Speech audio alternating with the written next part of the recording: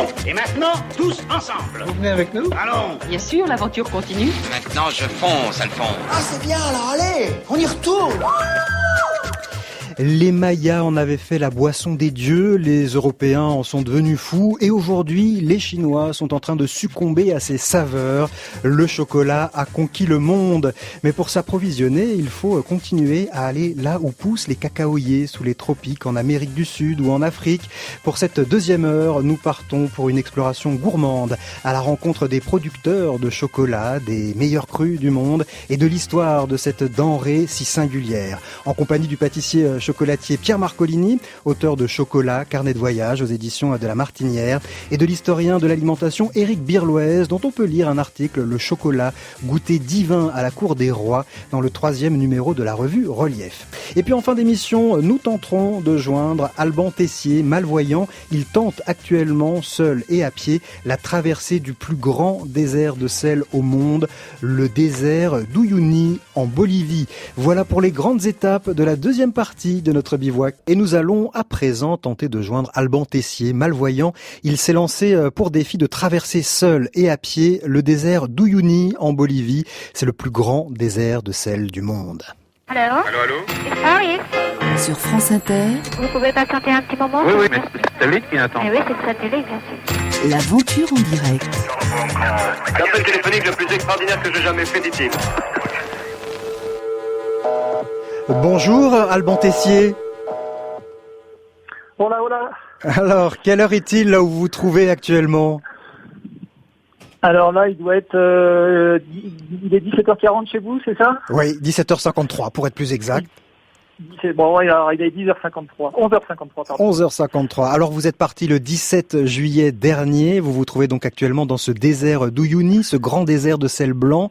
Je rappelle que vous êtes malvoyant. Décrivez-nous la façon dont vous ressentez l'environnement dans lequel vous êtes, ce que vous en percevez.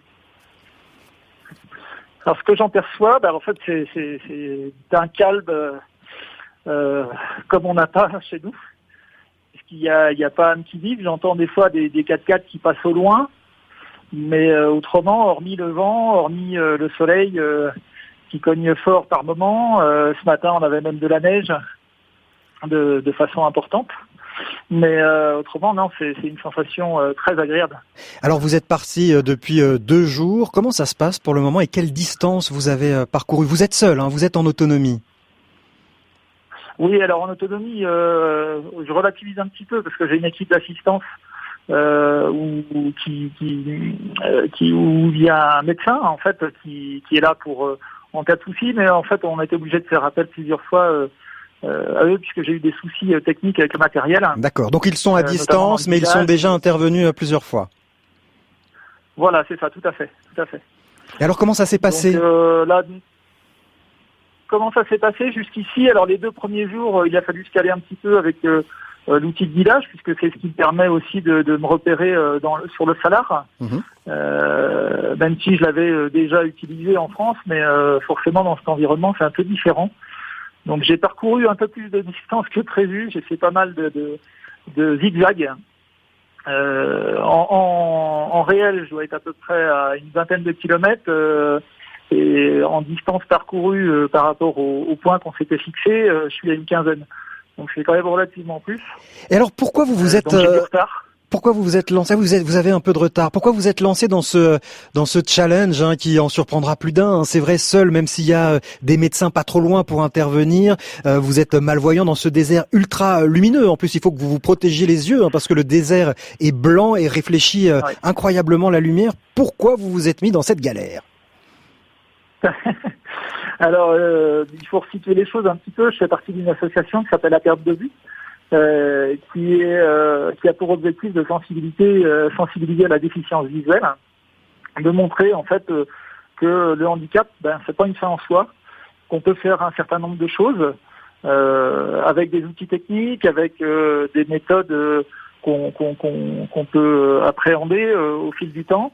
Et puis aussi avec de l'aide humaine, puisque il faut savoir que on a beau avoir toute la technique et tous les apprentissages possibles, il y a des choses qui restent complexes, des situations de handicap qui sont là. Mais voilà, l'idée c'est pas de rester sur son canapé et attendre que les choses se passent ou à se morfondre. Moi, ma philosophie de vie, c'est toujours de me dire que il y a toujours pire en fait. Donc, je suis relativement en bonne santé au-delà de cette maladie. Je peux faire du sport, je travaille, je suis marié, j'ai 2 enfants. Voilà, la vie est belle quand même. Alors justement, on va en profiter pour les rassurer, votre femme et vos enfants. J'imagine qu'ils sont au courant, mais vous avez dit il y a eu quelques petits soucis, oui. Les médecins ont dû intervenir, mais pour le moment, vous allez aller au bout de l'aventure. Tout se passe bien pour vous?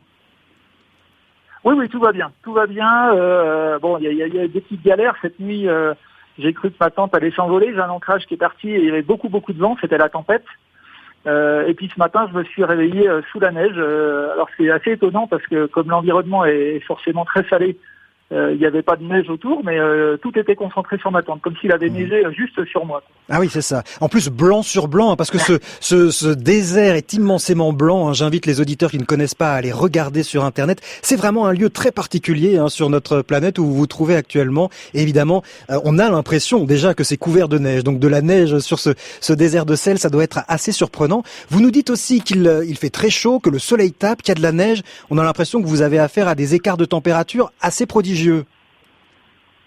Oui, tout à fait. C'est exactement ça. Les températures sont très changeantes, même dans la journée. En fait, il suffit que le soleil se voile un peu, qu'il y ait le vent qui se lève. On est sur des températures relevées aux alentours de 15-20 degrés en journée, mais le ressenti peut être beaucoup plus important ou inférieur. Et puis la nuit, par contre, c'est vrai qu'il fait très froid. On est sur des températures négatives. Alors moi, j'ai pas pu vérifier combien il faisait, mais cette nuit, il faisait beaucoup plus froid que la nuit dernière.